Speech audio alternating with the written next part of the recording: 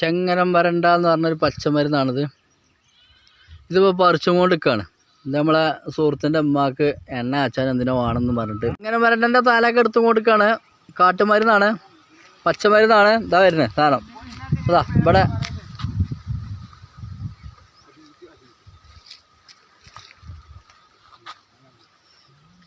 കണ്ടില്ലേ, ആ രണ്ടാൾ തപ്പിക്കൊണ്ടിരിക്കുകയാണ് അതിൻ്റെ വേര് കിട്ടാൻ വേണ്ടിയിട്ട്. തപ്പണ ആൾക്കാർ